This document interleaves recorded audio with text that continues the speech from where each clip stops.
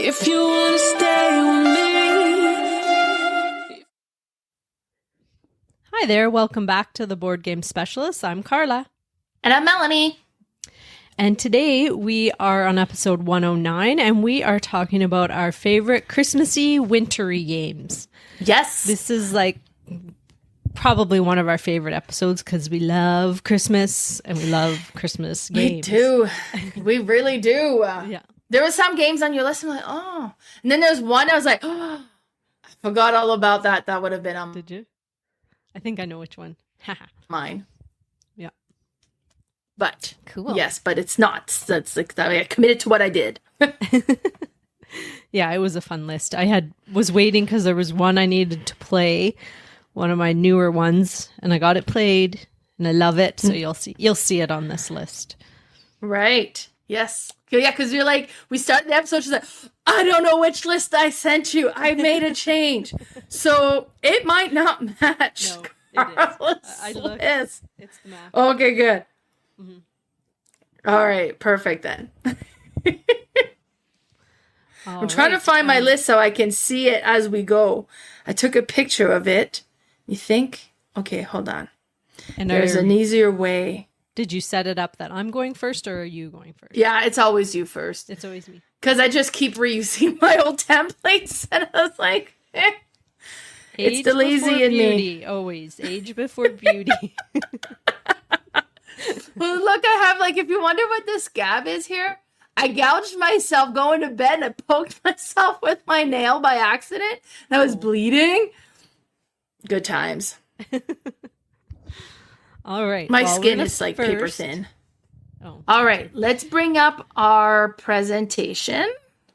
We're going to talk about a game we each played lately that is not, well, mine is not Christmassy or wintry themed, but Mine it's isn't still either. a beauty.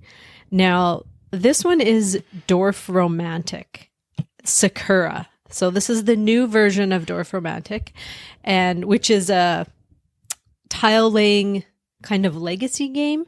You can just play it as a normal game though also, which is nice. And then I'm assuming when I'm done, like open everything up, I can still play it with all the open stuff. I don't know yet because I only have previously purchased the dual one where it was just like a battle between two people, which was not a legacy game. But this one is actually made after a video game. Now, I'm not a video gamer, but I had heard that this was like a big, addictive video game. And I can see as on the table, like because it's a tile laying game, how it can be addictive, because I'll explain it. So what you're doing in this game is you're basically trying to connect different types of terrain to each other, depending on what the little goal tiles are coming up as. And you'll always have 3 out on your surface, and you'll be building off of them. And in this one, there's different things, like there's roads, there's rivers and lakes, and then there's cherry blossoms that you're trying to connect. There's also, let's see, what are the other things? Totally blanking now. Oh, rice fields is another one that you're connecting.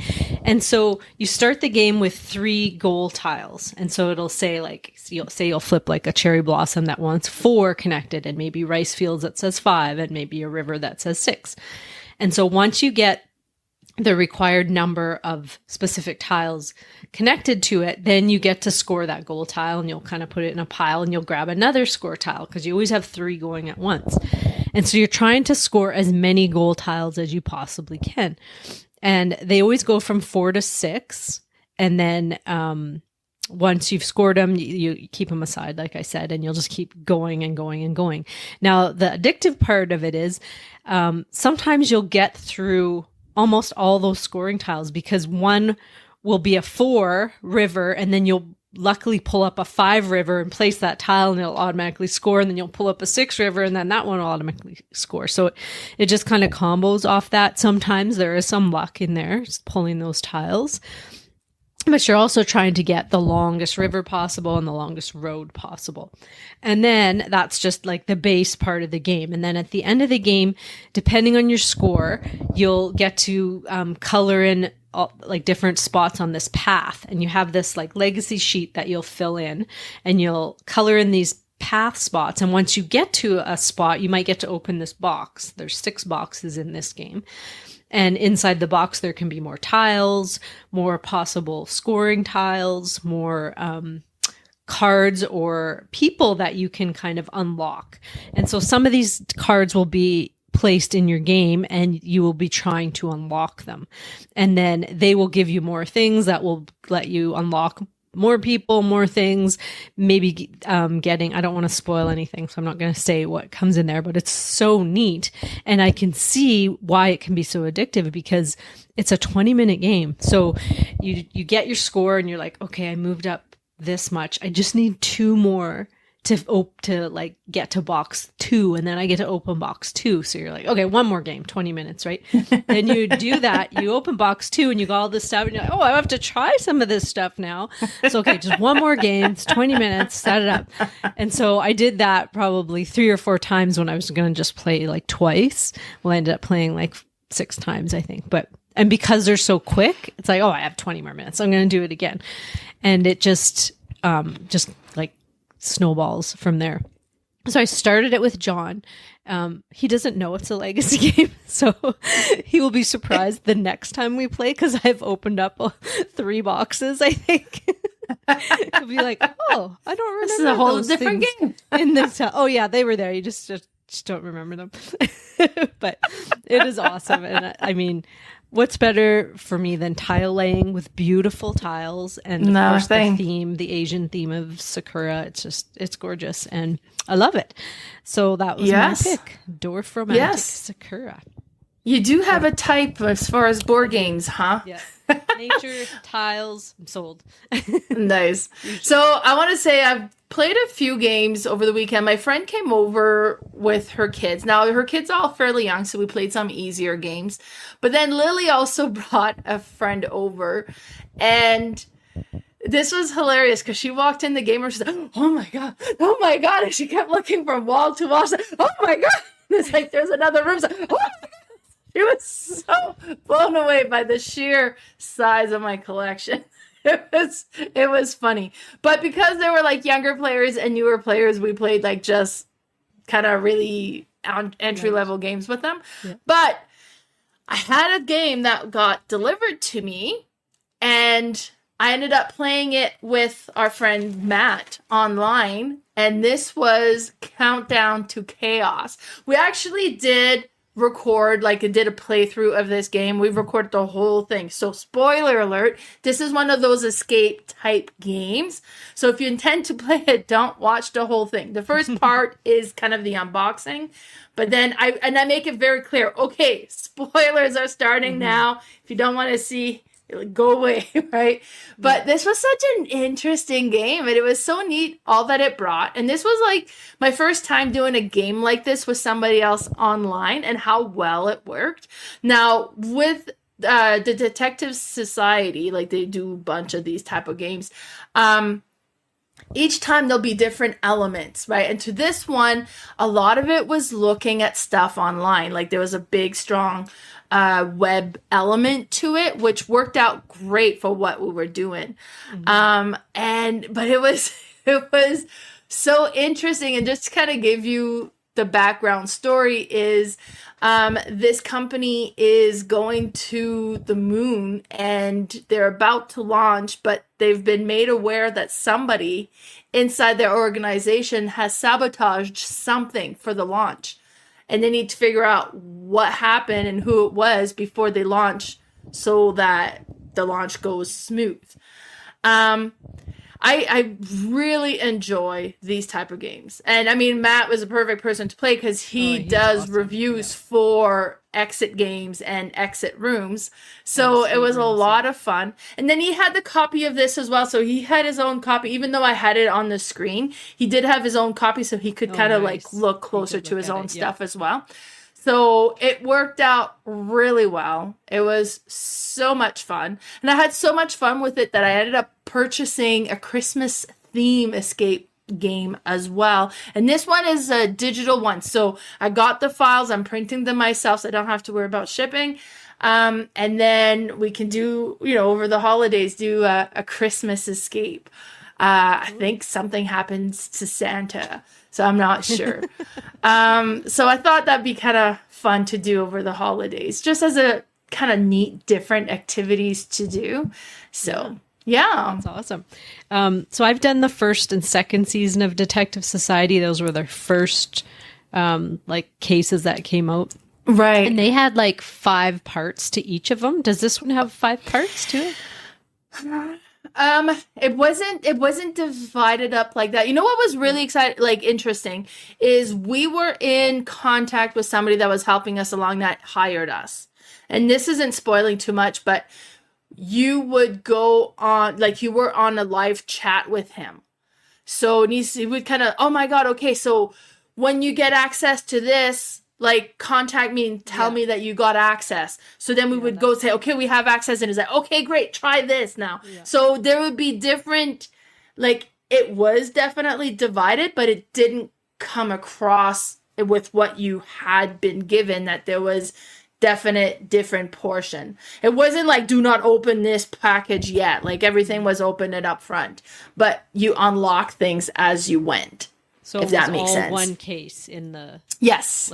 Oh, that's nice. Yeah, usually they do seasons. I have another one that I haven't done yet that's got 3, I think, but it's I think it's this one is a definite follow-up case. That's something different that you could do.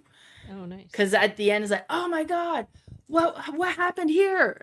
And I'm trying to say without saying too much, but then it'd be you would go to the next case. So it definitely built up for the next one. But you could do this one, not do the next one. You could do the next one, not having to do this one, right? Nice. Yeah. Yeah. Neat. Yeah. Awesome. No, it was super good. And so the Christmas one that you ordered, is it from Detective Society? No, I don't believe that it was. I don't know if the Detective Society, you know what? Honestly, it was an ad that popped up because after I completed this one, I kept getting ads. You know how my phone works. So I kept getting ads for all these escape room, and a Christmas one came in, and I was like, yes, please. Yeah. So I know last year I had Advent calendar case that it was you open some evidence every day, which was neat. And I've done that as well. That one, but it was really neat. It was about Saint Nick, but it was a modern day, story about it, but it was really neat. Nice. They had live footage of news footage and oh no way, that's so cool. Yeah. Nice. They're just getting so realistic, these cases. It honestly, it's getting so fun. They're getting so good. Yeah, they are. But this was a blast. Me and Matt had a great time. So now I was like, should we do more? So we might do more recording down the road. Yeah, you had asked me to join and I couldn't make it that day, but I mean, Matt's a great brain for that because he's the 3 of us. I don't know that I would have added a whole lot to you guys, but he's great at these. I love doing games with him like that. Yeah, it was less intimidating doing it live, recording it. Because, it'd be great, we're going to mess up everything. It's but it's okay. Matt's there. He can carry me through. He's super smart. Yeah. He's awesome. Yeah. Cool. All right. So we're going to get to our list. So here we go. Our Christmassy winter games. Now, I have, let me see. All of mine are Christmas. Well, no, I should say 2 of them are wintry. I guess 3 of them are wintry. The rest are Christmassy. But the first one to me is Christmassy too because it involves Christmas lights. Now this one is Welcome to the Winter Wonderland edition. So this is just an expansion to Welcome to, but it involves Christmas lights, and you are stringing up lights on the streets. So in Welcome to, you are trying to connect, or you're just trying to fill in the house numbers consecutively, but they don't have to be 1, 2, 3, 4, 5. Whereas in this one, If you want to connect your lights, which would mean like stringing a light from every house, you do have to literally have a consecutive number. So like 1, 2, 3, 4, 5. And then if you went to 7, that would stop that string of lights. So you'll have one of the scoring cards will be a Winter Wonderland scoring card. So you might have one that, you know, pertains to the lights. You might need like one whole street of full of lights or something like that. But it just adds a little twist to the game, which I love. And I mean, it's wintry. And to me, it's Christmassy because of the Christmas lights, but technically not like my other ones that are Christmassy games. Another thing with this one that is neat is that the sheets all come differently. So there's a whole bunch of different expansions that you can play in this Welcome to, and I have got the collector's edition, so it has all of them, and then it has the dry erase boards as well that you can play with. But they're just so pretty, like even just the background art, how they changed them all up. Like there's a Halloween, there's an Easter, there's a summer, there's all kinds of different seasons and different types of games. But the winter one to me is so pretty because it's wintry and has little Christmas lights on the top you can see, and then kind of scattered throughout. But when you connect them, it's just so satisfying. So it's a lighter game. This was already in my little advent calendar game that I've got going on Discord.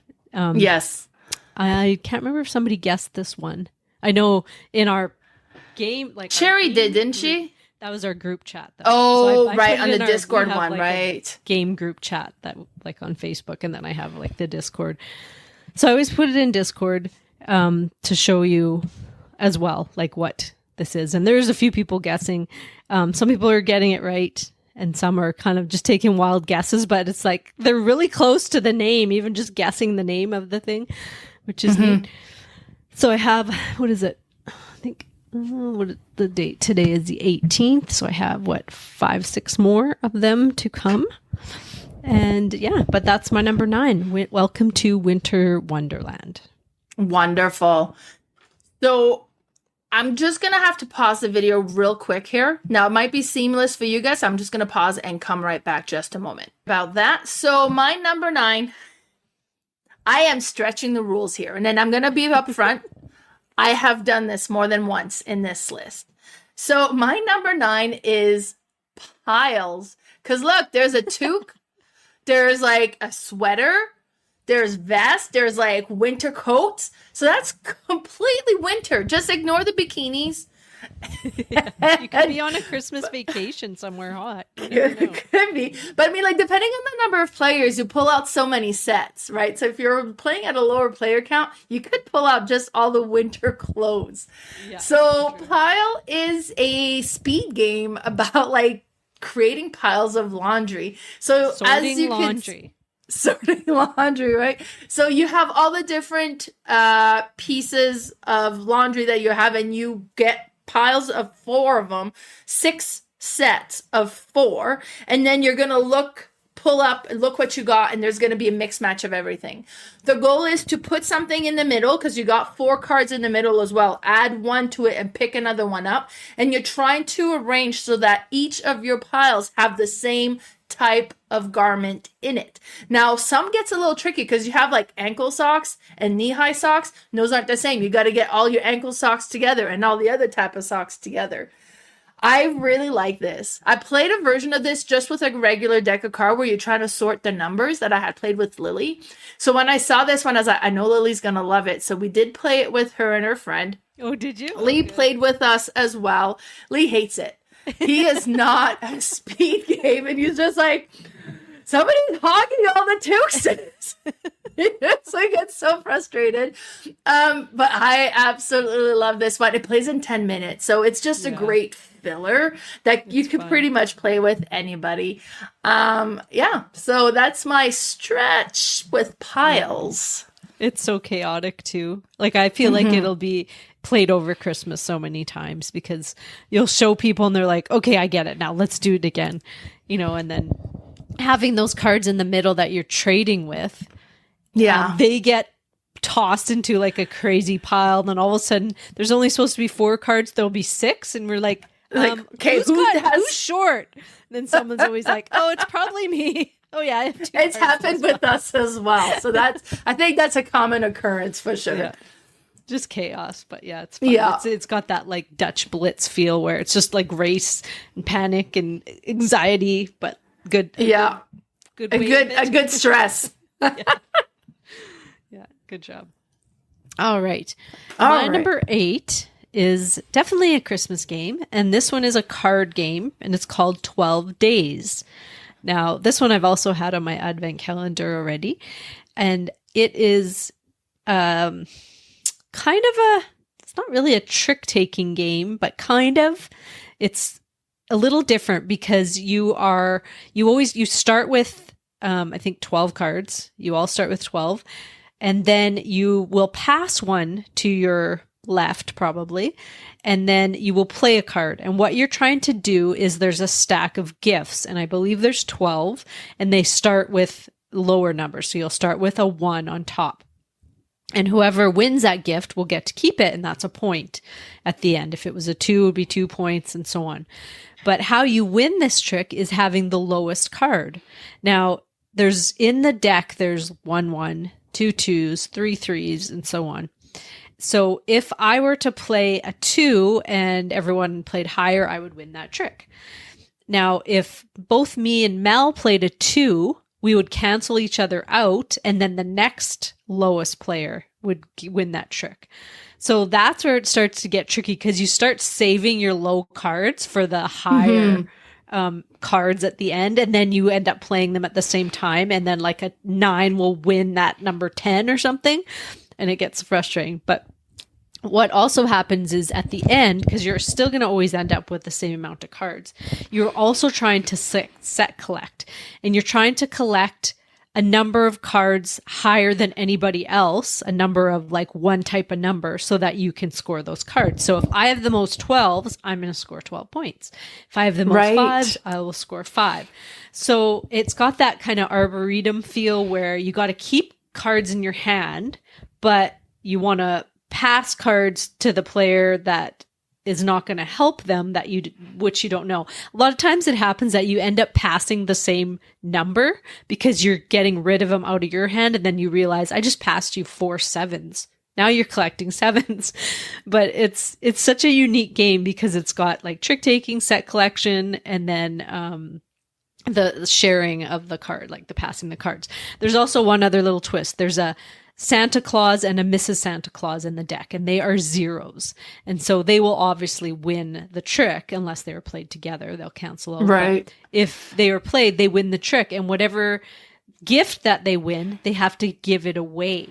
So if you save those cards for the end, which my friend did, I'm like, oh, you realize you have to give that away, which I had said several times. She's like, oh, no, I didn't know that. So it was like a 10, I think. She had to give it away. I said, well, I did say it like 3 times. So you want to play, if you get those early, you want to play them early so that, you're not giving away some big points. But it's a really neat game, and it's got some really cool art. It's kind of like a stained glass window art kind of on it. It's very pretty. And I just love it. And that's my number 8, 12 Days. So I've played this one just the once, but it's not in my collection. This is on my wish list. Oh, yeah. Because there's a similar game. I won't say in case it's on your list, but. Okay. My number 8 is a Christmas game. I'm not stretching anything here. And that is the Holiday Hijinks #1. Now, they've got a lot of these ones. Like you have the Valentine's Day one. There's a turkey one for Thanksgiving. So there's one for like all different holidays. And this is the Christmas one. The Kringle Caper. I think it's what it means. Caper. That sounds right.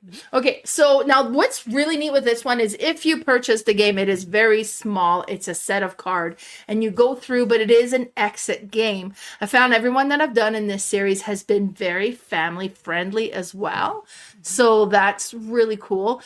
But because it's only a set of card, it's very like, because you can also purchase them as print and plays as well. Yes. So I've done one where I had the cards, and I've done one where I've done the print and play, and it's takes no effort to print. Like, it's, you just put a few cards together, and then it has instructions on how to place it together, and it kind of organize the game.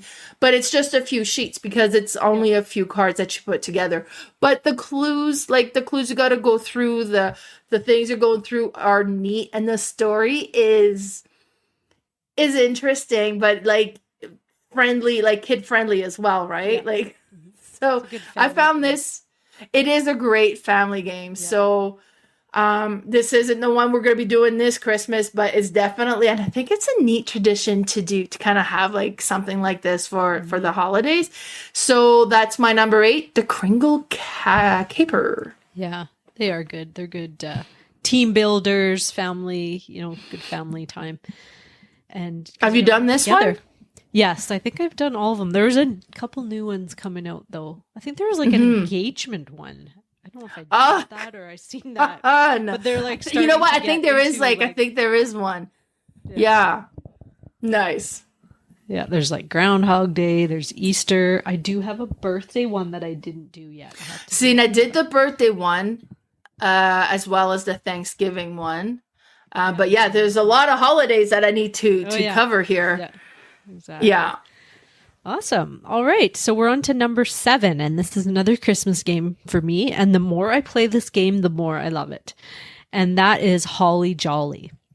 And this is a simple card game, but it really is really unique because the more I play it, the more I feel like it has more depth to it than I originally thought. So this one is a game by 2 designers who I love, who design all kinds of different games. And I'll just mention that's Ben Pinchback and Matt Riddle.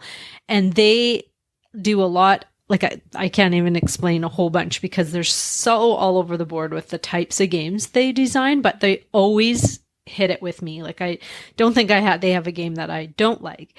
But this one I remember came out, I think 2 or 3 years ago, and there just was not a lot of Christmas games out there. And I was like, oh my gosh, a card game. And by these 2? Well, done. I'm getting this game. And I do love it. It's it starts out, you place these cards kind of in a shape of a tree. And most of the cards on the tree are ornaments. And there's 3 in the middle that are like Christmas lights or tinsel. And those are the ones that you'll be playing as action cards. So you'll have another pile with 3 flipped that you will be placing on top of those. So depending if you put lights on there or tinsel, whichever one you put on, you add to the rest of the like ones that are there. So if I put a tinsel and there's already 1 tinsel, I'm going to add those 2 together. And that's the ornament that I'm going to be allowed to take. So if I put a 4 tinsel and there's already a 2 tinsel there and the other one's lights, I'm going to add the tinsel and that would be a 6. So I'm going to look and make sure there's an ornament that is 6 on the tree and I will grab that. And so what all these ornaments do is it's a type of set collection. And they're all kind of different. Like the snowmen are different.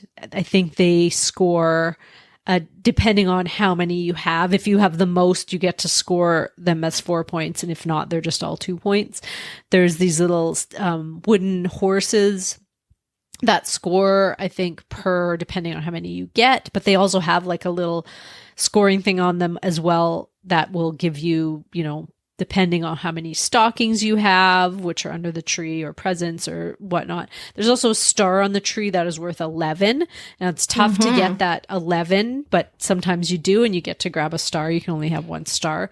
There's these Santa Claus ornaments and those are neat because a lot of them will let you take another thing that's under the tree. And under the tree are presents or stockings stuffers.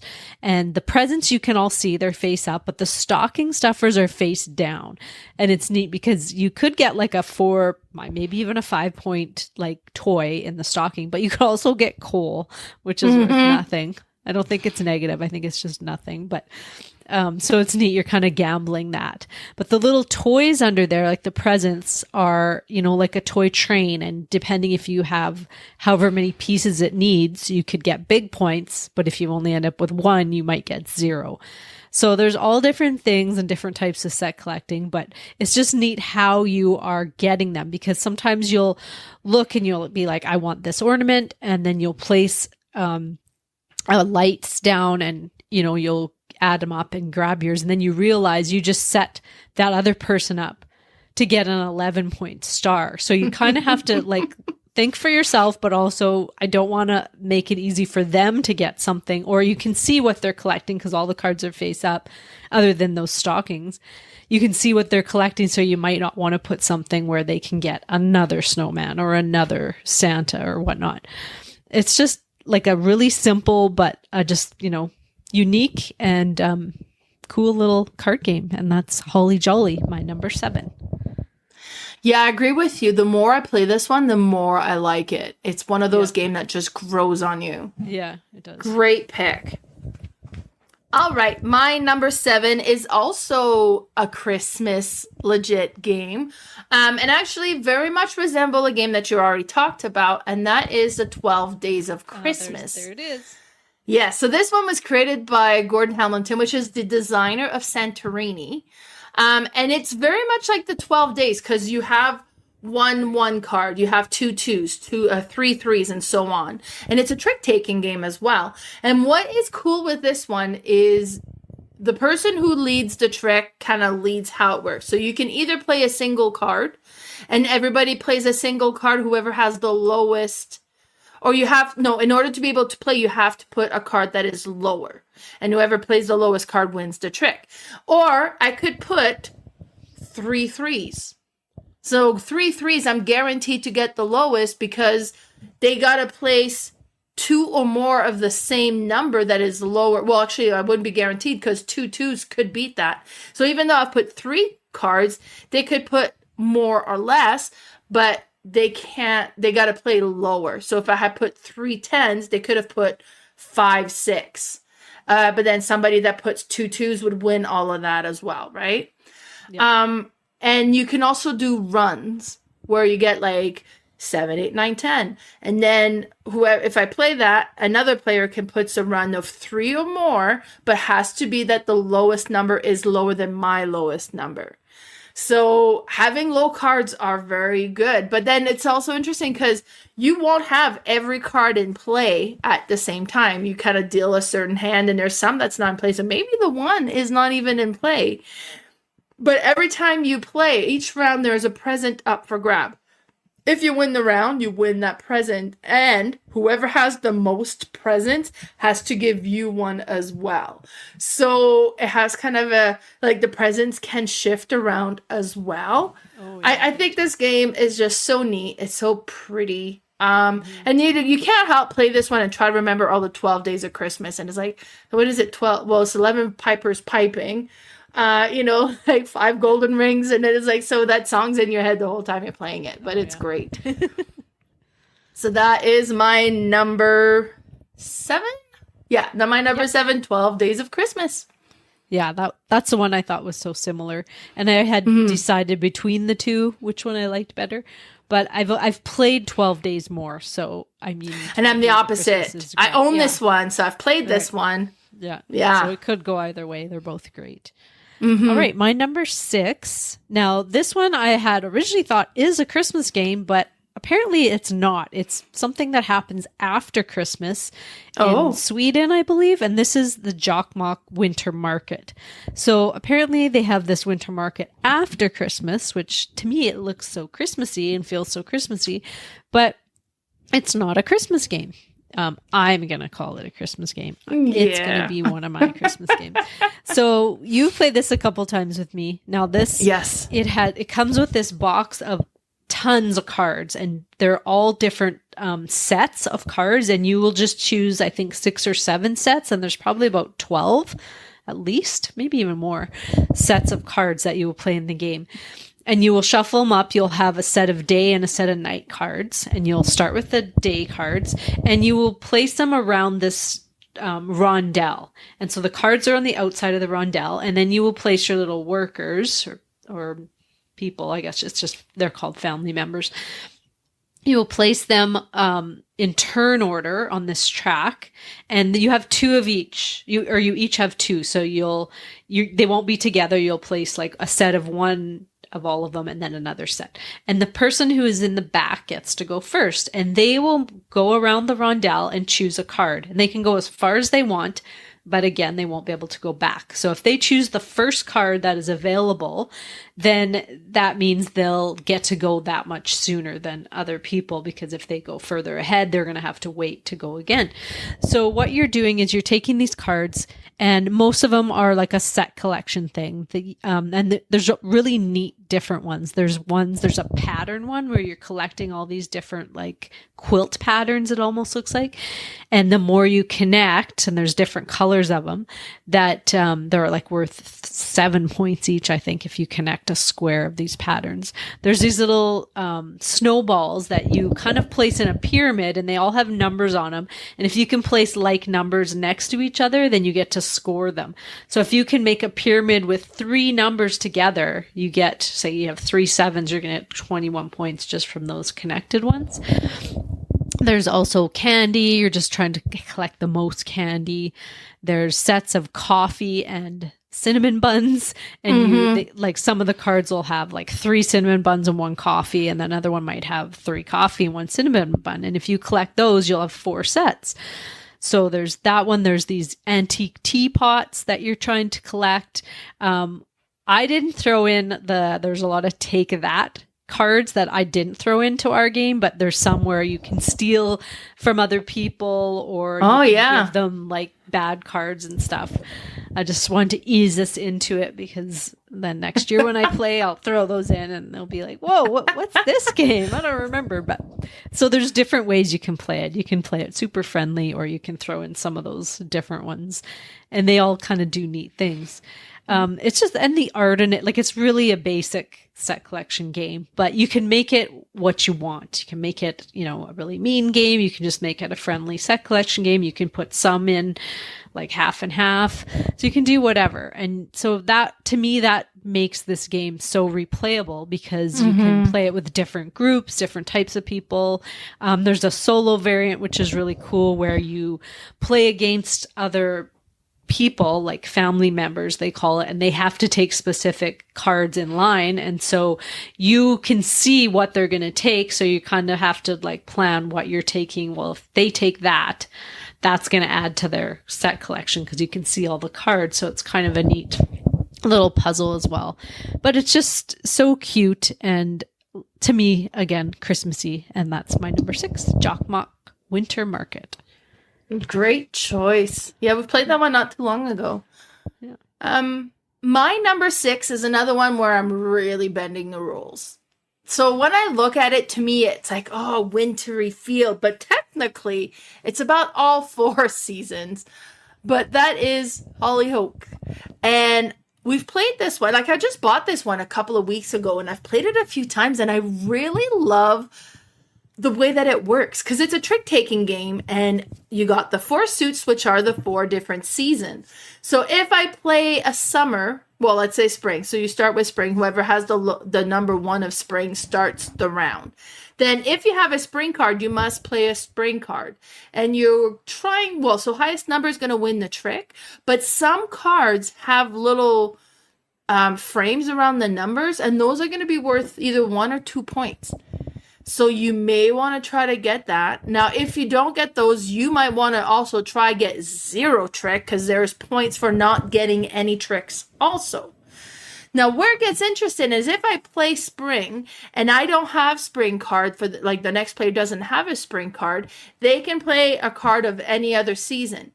But if they play the next season, so let's say they play a summer card, it changes the season to summer, and now summer is the trump. So whoever has the highest card of summer wins the trick now. And I think it's so interesting how you can, change the season. Now, you can only change it once per round. But it makes it interesting. It's like, okay, so I'm going to keep, I'm going to keep some of these cards in the hope that I can change the season. Oh, she's playing spring. I have no summer or spring. So it's going to be a fall or winter. So it's not going to matter. Or, so I find it's very luck driven. You have very little control of trying to get those scoring cards. I found myself, it was just like we'll see. And most of the time it didn't work out, right? But I really enjoy it. And the whole mechanism with the changing of the season, I thought that was clever and I quite enjoy it. And it's all yoke. Yeah, I think we just love trick-taking games. Like, I can't think of one I don't like. And I think it is totally trick-taking, the year of trick-taking. Like, there are so many of the games coming out, and which is good because we both love them. And so it's always nice when you are at game day. I'm always like, yes, I'm going to sneak in a trick-taking game because I know Mel will like it and Kayla likes them too. But I don't know if Ashley's coming around to it. She's coming around. It used to freak her out, just the word trick-taking, but she's coming around. And Cherry sometimes does and doesn't. So it's like, you never know. But yeah, I know me and you love them, so it's nice. Which brings me to my number 5, which is another trick-taking game. Now, this one I had seen when it first came out, which I think was last year. And I looked at it, and I'm like, I just don't get it. Like, I don't get how that'll work. So I didn't buy it. Somebody was selling it used, and it was like a good price. And I'm like, do I just buy that? No, I'm not going to buy something that I don't think I like. This year I did it. I'm like, I need to buy this game. And so this is called Ghosts of Christmas. This is one of those all play games that come in those square boxes, which I just love. I seem to be collecting all those games now, but yeah. So we tried this a few weeks ago when we all got together. The same day, actually, we played Hollyoak and Jokkmokk. But we tried it, and the first round was a little kind of, a little rusty. We didn't really know what was going on, but then we did it again, and I'm like, okay, now I get it. I get what this is about. So you were playing as the ghosts, or in the game there are the ghosts of Christmas past, Christmas present, and Christmas future. And so you each have this little card in front of you that has a spot for past, present, and future. So you're going to play one card into each of them. And it's neat because you all have your hand of cards, and you are going to play a card, and you don't have to play it in the past first. You could play it in the present or the future. But the first player will play a card, and where they play it, you are going to grab that dial. So if they play it in the past, you're going to grab that dial and turn it to that color. So if they play a red card, that's basically the lead card of that time. So in the past, red is lead. Okay. And so then the next person goes, and they can follow that suit in past, because you still have to follow suit. But if they chose to play in the present, they can play a different card if they want, or the same color. And then they will flip that dial and turn it to that color. And then you just go on till everybody's played 3 cards. And I should mention before that, in the Tiny Tim version, which is a little bit more complicated, you guess how many tricks you're going to win. And you're guessing for the whole game, not just the round. So you're guessing, like, I might win 3. And if you do, you'll choose 3, these purple doors. Now, if you're like, I might win 3, I might win 4, you can also grab a red door, and that will make it be a 3 or a 4. But then you will only score 1 point per trick. If you just take the purple and you're confident, I'm only going to win 3 tricks, and you do, they will be worth 2 points each. So now, after you've played all these cards, then you're going to go through them all. And this is where the neat part comes in, because you're going to start in the past. You're going to look to the lead player, because you see who has you see the color, and it matters what the color is on the disc. So whoever wins that one will be the lead for the next time period. So if Mel won, the past, then we look to what she has played in the present, and that's going to be the lead card. It doesn't matter what's on the dial. That was just how the game was played. But she might have put just a throwaway green card, and nobody played green, and so she wins it. And now she's going to lead the next one. So it's really interesting, because when we played the first round, I was like, okay, well, why am I'm just following suit, and then I'm never going to win anything if I'm not first. But if you start playing into the other time periods, then there's a chance that you're going to win something, because it's not necessarily the first player. It's whoever wins the trick is going to lead the next one. So it really changes it up. And what I couldn't figure out by looking and just watching this game is how you could ever win those other time period tricks. But now I get it. You can start them off even not being the first player, and then it can change things up. Or you can wait until, if Mel played in the past and I waited around and say I played in the present, and then I waited around to see who's going to lead the future, and then I have a high card for that. Or even if it was in the present, then I can, put that down. And now I know I'm winning that one. So I know what I can lead for the next one. It's just, there's a lot of thinking. And it just, to me, and how much I love trick taking, it just floors me how people can come up with all these different ways to make a trick taking game. And this one is very unique. And I really like it. And I want to try it again for sure. But it is the only thing I don't like about trick taking games is most of them are a 3+ player game. Yeah. So it's not something me and John can just play. I need to wrangle somebody else in to play. But again, it's awesome. And the art on it is so cute. It's like a kind of a watercolor. Is that what you would call it? Like a watercolor painting-ish kind of, but sort of it kind of gives me the vibes of The Bloody Inn. I wonder if it's the same artist. Oh, it does kind of have a similar kind of like style. The different shading of the faces, and it's just so cool. But yeah, that's number 5, Ghosts of Christmas. Yeah, I enjoy that one, but yeah, the first round is brutal. It takes a while to kind of, I don't understand what we're trying to do.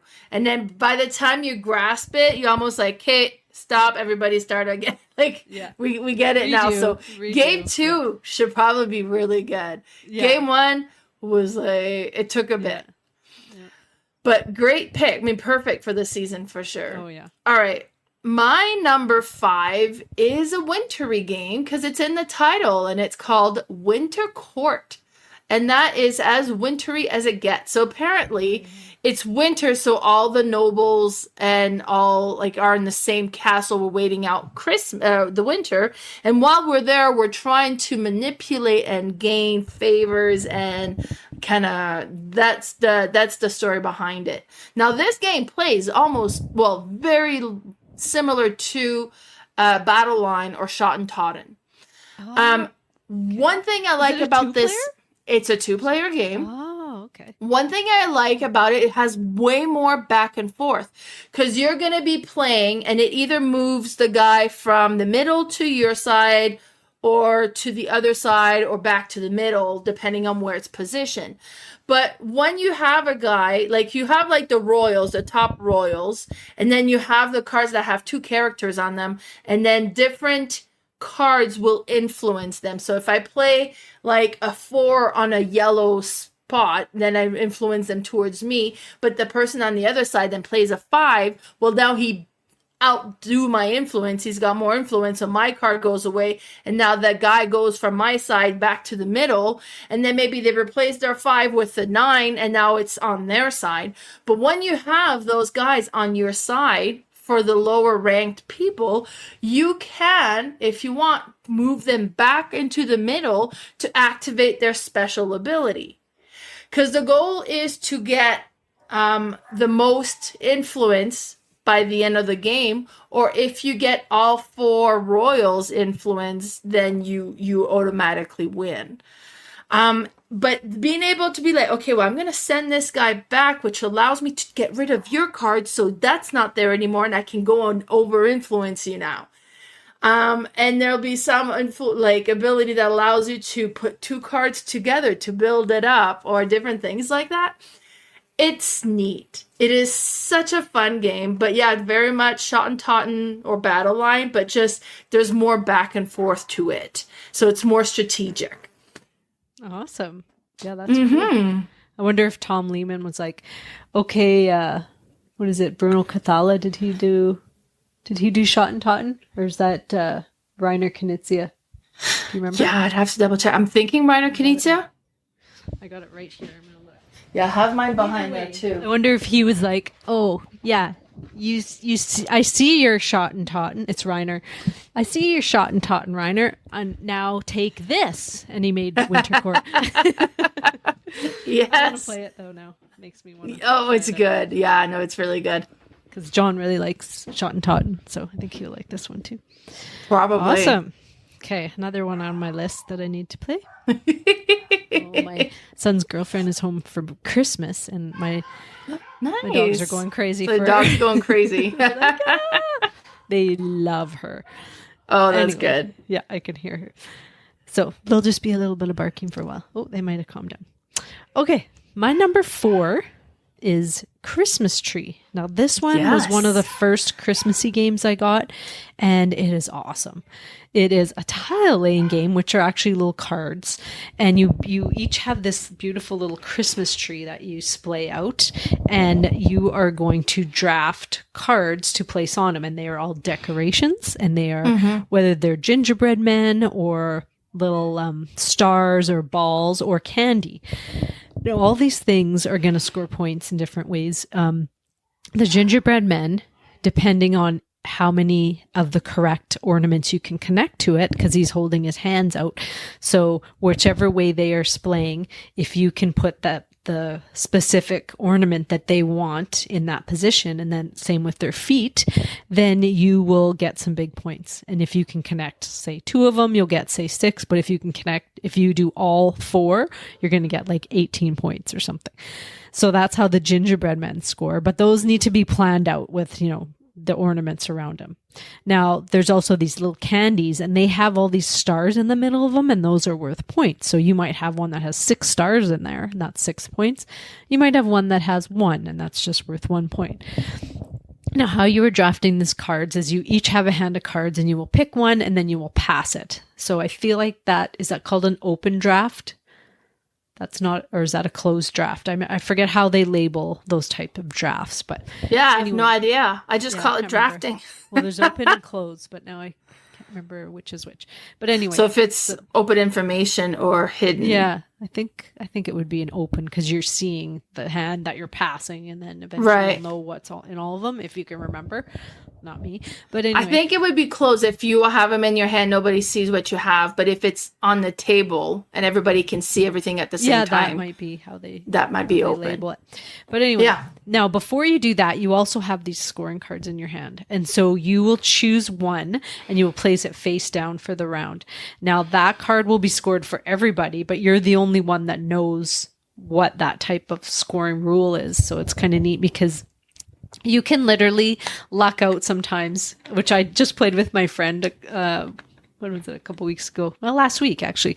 And so she would put one down, I put one down, and then we'd flip them at the end of the round, because once you get, I think, 7 cards on your tree, that ends the round, and there's 3 rounds. You'll flip those tiles, and you'll be like, okay, we're going to score all the connected yellow ornaments. So if I have 3 in this pattern, I'm going to get 6 points. Oh, well, I have 2 sets of those, so I get it. And you look over hers, and okay, she's got 1. Like, luckily, she got 1. And then her tile was like, I can't remember what it was. It was something about scoring how many star ornaments, and I happen to have like 5 of them on my board, and but had no idea that was it. So I scored a bunch of points from that. And then you'll just go on 2 more rounds, and you'll do the same thing. Now, you also have these little, I can't remember, it's like a German type of cookie. I want to say Nuremberg cookie, but I don't think that's it. It's similar to that name. But anyway, you have these cookies that you can use to move ornaments around on your tree if you need to, because maybe for like round 3 scoring, I need these ones to be in different spots than they are here. So I really want to change those. So you can spend a cookie to move 2 ornaments around. If you don't spend those, they're worth a point at the end of the game, but they are helpful. I think I spent all mine. Another thing is, on the tree, there's these little half bulbs, and there's like yellow, red, and blue. And on the tiles, the cards, there's the other half of those bulbs. Now, if you can connect the right color to each other and make a full bulb, you're going to get 2 points at the end for each one of those you do. So that's the real like tricky part, is you're not just placing these, colored bulbs in certain patterns for your scoring. You're also trying to connect all these different bulbs, like tiny ones on the board and the card. And that's where you're like, you can never have it perfect. You can't have everything work. And so, of course, for me, that's hard because I want it all to be But I want matching to. and perfect. So it never, works out great, but you still try to do as much as you can. And it's just so many different things you got to think about, but you're still building a Christmas tree with, ornaments and candy and gingerbread men. And it's just so lovely and fun. I'm so glad they made this game. I had looked for this game for a while. It was out of print and I could never find a used copy. And then they finally brought it back to print. They printed it a little bit differently. And I think this has happened with almost all my Christmas games, is that by the time I got it, it was after Christmas. And so I was going to make my game group play it like in February, but I never did. So I didn't get to play it till the next year. And that actually just happened with another game that I'll be talking about soon. But people, if you are designing Christmas games, do not let them come out after Christmas. Yes. Have them come out in the fall. People will still buy them then because they will prepare for Christmas. Yes. And same goes with Halloween. I was waiting for Halloween, that witchcraft game, and I think I got it 3 days before Halloween. Well, you know what? I would have played it a whole lot more in September and October if I would have got it earlier. But true. Yeah, that's tricky with those seasonal games, but definitely. Yes. Sure. But yeah, that's my number 4, Christmas tree. It does look cool. That is on my wish list now as well. Yeah. Yeah. All right. Haven't we played that? I thought I brought it. No. Oh no. I'll play it in February. Okay, I'll bring it. We're trying to get Mel to come to our little, one of our friends is turning 40 and we have she's renting a cabin. Well, it's her sister's cabin, but, in the mountains, and we're all going to just sit there and play games and hike. Well, maybe just me. I don't know if somebody else will hike with me, but, and for like 3 days. So we want Mel to come. It'd be super fun. I'm on the fence just because of the time of year, but we'll see. All right, and I said we can stream games there. She said the Wi-Fi is really good because her husband works there. So if I do end up going, keep an eye online. We'll be posting everything we play. Yeah. Tell us what you'd want us to play. Tell us some games you'd want to see us play. Yeah, for sure. Anyway. Okay, number 4 is a Christmassy game because of the expansion. And you know what? I don't like to buy expansion, but if it's a Christmas expansion, that's a whole different thing. So that is Pictures, and I got Pictures Christmas. So Pictures Christmas adds extra cards. Now the way Pictures work is you get a grid of images on cards that you're going to put in the middle. And then you're going to draw from the bag a little token that's going to tell you which is your picture. So maybe I'm C3. And then I keep that hidden and I get my something and I got to try to put this together to represent the image C3. So with the Christmas one, you get a plate with like Christmas items that you would put on there and you're trying to make it. So that was my game, if you can see it, if you're watching the video. But it was a plate and I've used like gingerbread men, there's an apple and a cup, and there's like cinnamon sticks, and then there's like a piece of a branch, and that was to represent the image that was B3 on there, and it was like 2 horses in a field. So that was my image, and then based on that, people kind of look around at the different image and try to guess which one it is. Right? Now, the other one is you have different items and you put them in a bag and you go by feel of what's in the bag. You try to guess what the image is supposed to represent. So the one we had, like, there was a bear on a log. So there was like a cinnamon stick in there and a cotton ball. So you feel that, okay, that was a bear on the log, right? So now the original game includes also like stones and sticks. You get 4 stones and 4 sticks. There's one that's like a set of blocks. There's one that's cards with different icons. There's one that it's 2 shoestrings and you try to arrange to create an image. Oh, cool. Yeah, just kind of create it this way. So it's really interesting. And what's neat as well is between every round, you take the items you got and you pass it on to the next player and you take what's coming up next. So you're playing this game with different items every round. It is so like you don't have to be a good artist with this because it won't matter. It won't matter. But it was so interesting. And it's like a different spin on an image guessing game. I really enjoyed it, and that's my my pick for number number 4. Number 4. And it's Pictures with the Christmas edition. Yeah, I want to try this game. I still haven't played it. All right. My number 3 is not a Christmassy game, but to me it is because this has always been a sport we've played in the winter. And I mean, I hear it's fall, winter, but literally our fall used to be winter. We've just had some really good falls lately, but we used to have snow literally in September. And so now we don't, but does that jinx? Yeah, no, it's just not going to happen anymore. We just, because I love the Indian summer, it's called, where we have a long fall. I don't know if it's called that still, but, and it's just a beautiful warm fall, and fall is my favorite season, but I do love Christmas as well. So this one is Dice Hockey Challenge. I talked about this last episode, I believe, or the episode before. This was a shocker for me. I remember at FallCon, you had streamed it and played it. Kayla watched and immediately bought this game, both of you, and brought it over. And I was like, "What is that?" And they're like, "Oh, it's dice hockey. You got to like, it's awesome." And I went over and looked at it, and I'm like, "Really?" Because it doesn't look like the type of games we love, and now the new modern ones that are just, the art is just, I know, like just screaming like gorgeous and whatnot. It's very basic looking, almost kind of prototypish looking, but I get why it's like that, because it's literally a hockey rink with and they're pretty plain looking. Yeah, and all these different squares and lines and arrows, and you're like, what is going on here? But what it is you have 2 teams, obviously, and you have all these lines are either going to be the movement of the players or the puck, the line of the puck, like shooting. And so what you do is everyone has dice, and they have 5, I think, of their color. So it's red and blue, and you will roll those dice. And then whatever numbers come up, you can choose one of them to put your goalie in that position. And so they have 5 or 6 different spots around the net that you can place your goalie.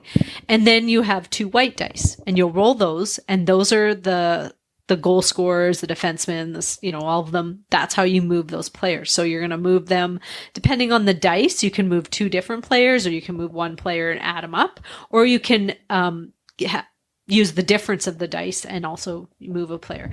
And what you're trying to do is you're trying to get them in scoring position as many times as you possibly can. And the better to have more in scoring positions at the same time, because then you really have to make the other team work, and they have to bring their defenseman back to cover those spots.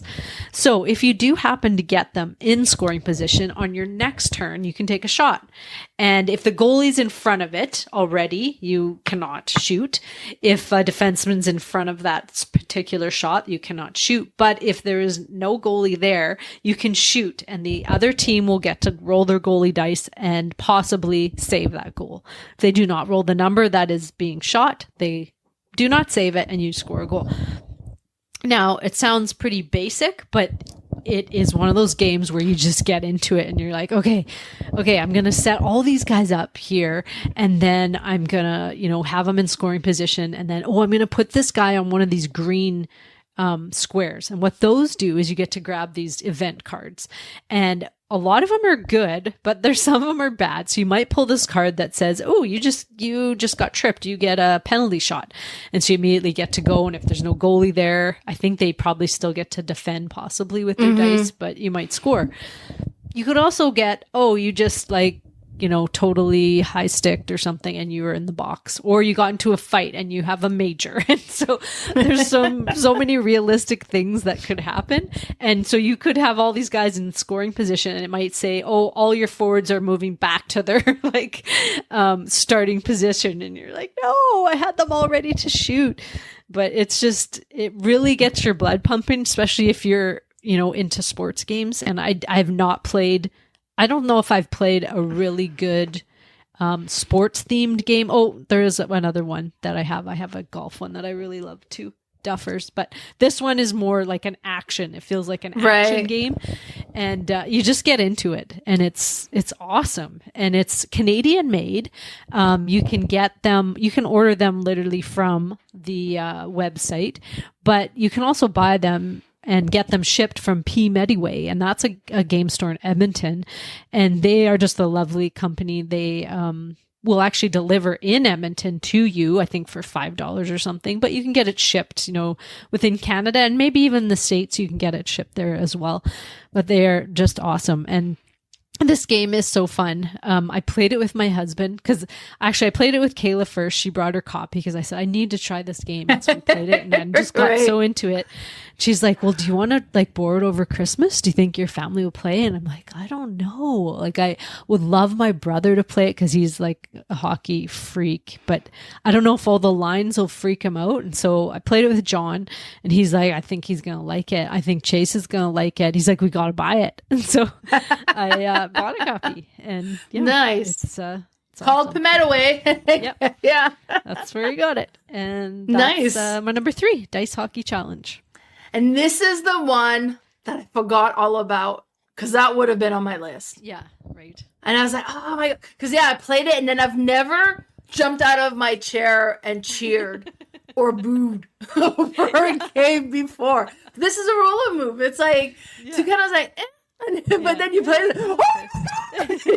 It's ridiculous. Oh my God. We got so involved with it. It was a blast. Great game for sure.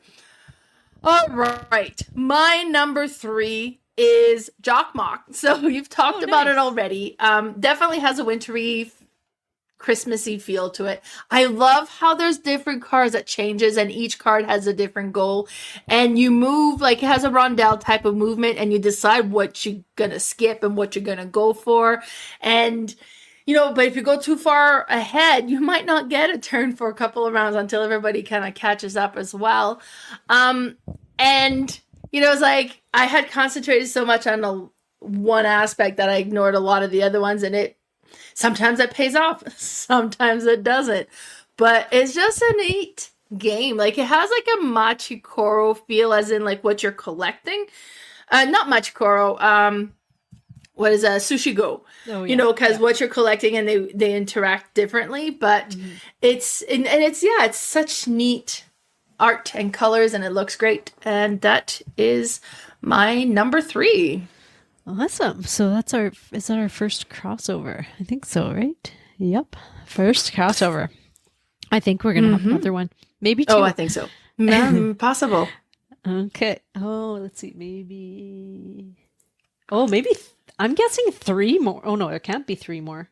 There's only 2 more. I guess 2 more. I'll guess. Okay, so my number 2 is Santa's Workshop. Now this one I got last Christmas, after Christmas. It was supposed to have gotten shipped out and be here before Christmas, but it didn't, and it came after Christmas. Again, if you're making seasonal games, make them come out before the season, therefore. But anyway, it's lovely. It's an awesome game. It actually has 2 ways of playing it. So this is a remade game from the past that was printed. I think it was like actually, I don't know the year. Might have been early 2000s, but then Elf Creek decided to reprint this game. And I'm so glad they did because it's such an awesome game. It's neat that you can play 2 ways. You can play like a family basic way or flip it over and it's more of a gamery way. And I've only played it the gamery way so far. I haven't played the basic family way. But what you're doing here is you are making all these different toys in Santa's Workshop. And you are basically elves and you have 3 of them as workers to go to different areas on the board. If you play with less than 4 people, you also get this little helper. It could be a Snowflake or what were the other Snowflake, ones? a snowman. No, there was a was there a Snowflake as well? Yeah, there's a Snowflake. Oh, I was like, I was calling it something else, but it was no. Didn't we call it a fairy? But it was actually there was like or something. I think we figured it out. It's actually a snowflake, or maybe it was really looked like a fairy. But anyway, there's all these little helpers. If you play with 4, then you just play with your 3. So you have these player boards, and they have specific spots for the specific elf, because you'll have 3 different shaped meeples. And so they go to, like, they have their specific spot. And so now if you take one of them and you go to, say, collect reindeer blankets, which is a type of material, or no, not material, it's a type of resource. You can pay coal to go there, but if you pay a little extra, you can get more. And then if you pay even a little extra, you can get this little chip that upgrades your elf, and you can place it on one of your elves. And whenever they go back to that spot, they're going to get another one. So it just gives you more. Now you could also flip it over, and it just has a 2 point on it, I believe, and that'll just be worth 2 points at the end. Well, to me, I don't like at the beginning of games just getting points. I just like getting things. And I always, maybe that isn't the greatest strategy, but I always, opt for the things rather than the points at the beginning of a game, because then it just lets you get more things and more things. Whereas points, it's like, okay, well, that's just going to be there till the end of the game, and I'm not going to have any fun until the end of the game where I get 2 points. So I always get the things, and there is ways you can flip those over. So I always hope for that. But so there's different resources. There's the Santa's blankets, there's metal and wood. Those are the resources. Now you have all this different coal that you need to pay for things to do, to go to those spots. You will need to go to the coal mine to refill your coal. And you start with, I think, 6 spots to place coal. And then you can open up more spots as you upgrade your little coal storage and possibly store more, because every time you go to the coal mine, you're going to fill up all your coal that you have empty. So that's another spot you can go to. You can go to the Christmas tree, and you all have these little colored ornaments in your player color, and you will place one on the tree, and whatever's on it, you're going to get. It might be points. It might be, a wood. It might be grab a card or something. And wherever you place it, you're also going to get that little bonus as well. So that's kind of neat. You also can grab first player marker there if you're the first one to go there. The other thing you can go to is this place to get materials. And those are kind of just another resource, but you need materials for every different toy that you're building. Now, it's neat because there's 3 spots to go there. The first one you go, you'll get 1. Then the second person to go there will get 2. But the player before them is going to get points for that. And then same with the third spot. If somebody goes there and they want the 3, then the 2 players before them are going to get points. So it's like these elves are helping you, but they want to get paid for it. So it's kind of cool how thematic it is there. But then there's also, you're going to collect these reindeer, and these reindeer are a set collection where you want unique reindeer, and depending how many you have at the end of the game, if you have 5, you might get 10 points, but if you have like 15, I don't even know if it goes up that high, but you'll get like 25 points or something. And then they all have different bonuses on them as well. So some of them might give you like 3 pieces of wood, or might let you choose more toys to build. And then there's the spot where you go to collect toys to build. So these are cards that have, the toy on them. And then at the bottom, it might need like wood and reindeer blankets, and then 2 materials. And it's neat how when you are collecting the resources, they have to be placed on something. You can't just pile them up like in every other game. They have to either go on the toys you're building, or they'll go on the upgrades that you're trying to like upgrade your coal mine, or I'm trying to think what that is at the top that you're upgrading. I think just collecting coal and metal, maybe. Those are the little upgrades on top. But if you have extra, then it just goes back into the supply. So you want to make sure you're collecting stuff you actually need. And once you complete one of these toys, then you place it face down and, pay your materials and keep going. And then at the end of every 3 rounds, Santa comes to inspect. And so he's inspecting how many toys you have made. And if you've made the most toys, you're going to get the higher points. If you've made the second most toys, you'll get the second most highest points, and so on. And then those toys will just all go in his sleigh, and you start fresh for the next 3 rounds. So there's 9 rounds in the game. And then at the end of the game, you basically will again score up your toys to see who made the most.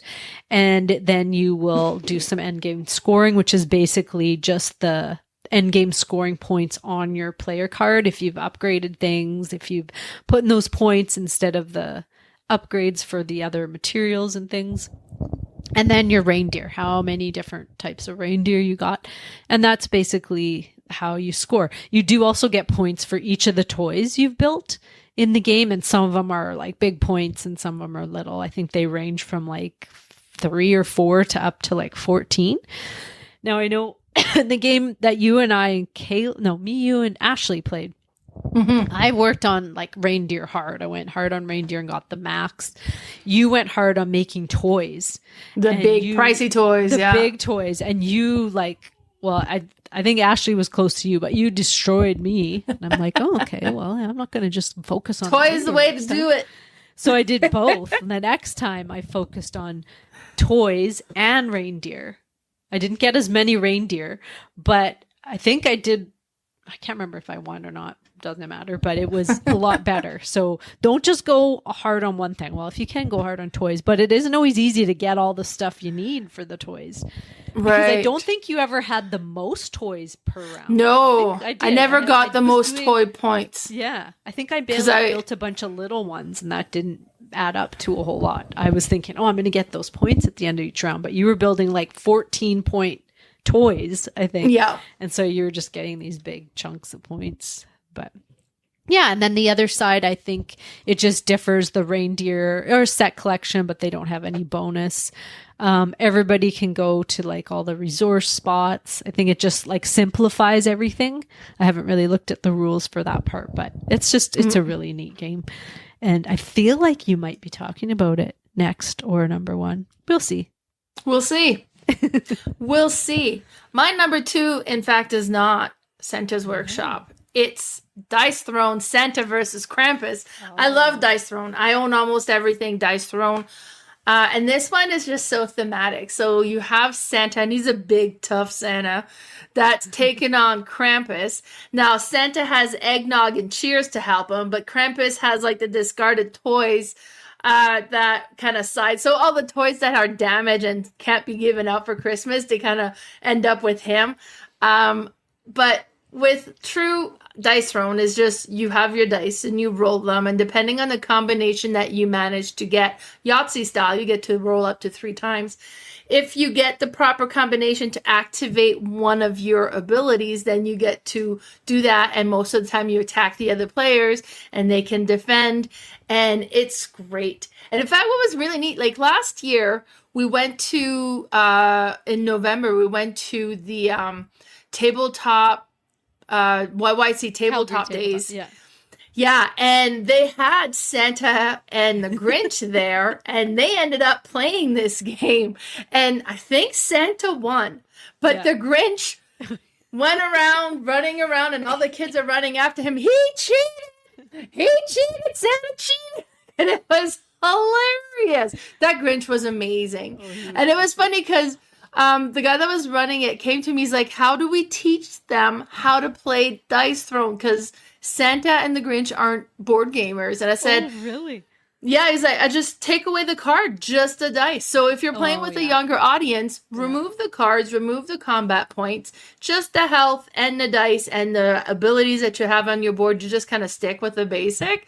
And they had a blast with it. But this one is just so cool, and it's so thematic for the season. So yeah, my number 2 is Dice Throne, Santa versus Krampus. Well, I was right about one thing. We did have one more crossover, and that's Dice Throne Santa versus Krampus is my number 1. I love this game. Yes, I had bought this again at the end of last season. Or no, it might have even been like when I got into Dice Throne, which was beginning of last year. Bought this. I was going to wait until Christmas. Then I'm like, but what if I can't find it during Christmas? I better just buy it now. So I did, but I saved it until Christmas to play. And so we've played it quite a few times now, and I just love it. I think I've played as both. I've played as Santa and Krampus, and I like both of them because they have such unique like abilities. And they say that they are so well balanced. You could play them against any other character as well, which I haven't tried. Yeah. But it's just such a cool game. I don't know why I didn't like this game before, but these two characters are hilarious because you throwing out the coal, like Krampus, and then the eggnog for Santa, the little gifts for Krampus that will let you draw the, what are they called? Not helpers, minions. What are those little guys The called? discarded gift or the discarded, I don't know. No, his little people that help him, the cards. Oh, I forget what they're I called. don't remember what they're called. Misfits. I think they're called Misfits, yes. Yeah. So you draw these little misfits and they give you some really cool bonuses. Like you can change the attack into a undefendable, whereas normally all the attack you do is defendable, meaning that the other player gets to roll their dice in defense. But if you change it to undefendable, they can't do anything. All they can do is take their damage. So it's so neat. And I know John and I were playing and he's like, well, what is this defend dice? Like, it's not even giving me any defense. I'm like, well, no, it's not giving you defense of the attack, but it's giving you more eggnog so that then you can roll it and gain health back. Yeah. Oh, okay. I'm like, so that's how it is. And I used to think that was some of the other characters. I'm like, well, it's not helping me defend. Well, in some a way it does, is. depending on the character, some but characters literally will just take less attack, but some will attack back. And it's just neat how they've developed all these characters. And these two are very cool. And the production is awesome. Like the art, you can see if you're watching this video, just some of the art that is on the cards and even the dials and stuff, it's just so nice and it's just so cool. Such a cool game. I can't even believe this is my number one, but it is. I really love it. And the nice thing is it's a 2-player game like this box, but you could add in other characters and just play, have these two and throw in like any of them and just play. You can play. I've played with 3 and 3 is kind of neat because you always, if you choose to go after the leader, which I think is the best thing to do in a take that game. Why would you not? Why would you go after the other player? But you go after the leader, then you get to pull an extra card in income. That's right. And there's also team play. I've never done that, but I would really like to do that. I would love to try a team play where it's, 2v2 or something. Yeah. But it's fun too. I could talk all day about Dice Throne. It's just so awesome. Now, let's hear your number one.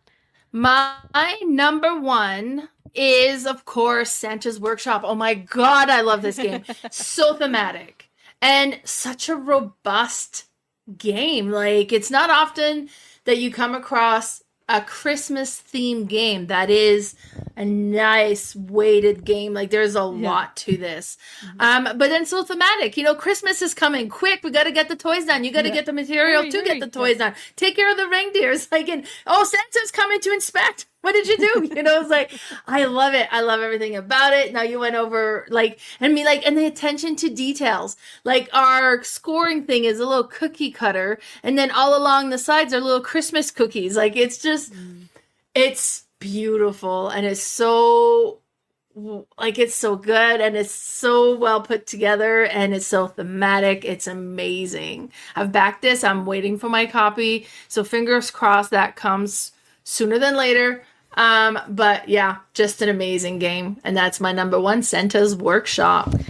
Well, that's funny. Our 1s and 2s were flipped, but they were the same. Like we had the top two same games. Yeah. Sweet. Awesome. Good list. And yeah, Dice Hockey Challenge probably would have been my number 3 had I remembered. Oh yeah? But then we would have totally been the same there. Awesome. Yeah, no, it's a fun game. Everybody try it, at least if you can. All right. Well, that wraps up our Christmas episode. Next week, we are going back to our top 100 and we will be doing our 30 to 21. So 3 more episodes of that.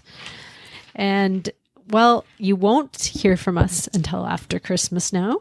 Right? Because this is coming out. Because it's coming out Monday, and Christmas is just a couple days after that. So yeah, so hope you all have a Merry Christmas and get to play lots of games over the holidays and spend lots of time with family and have lots of fun.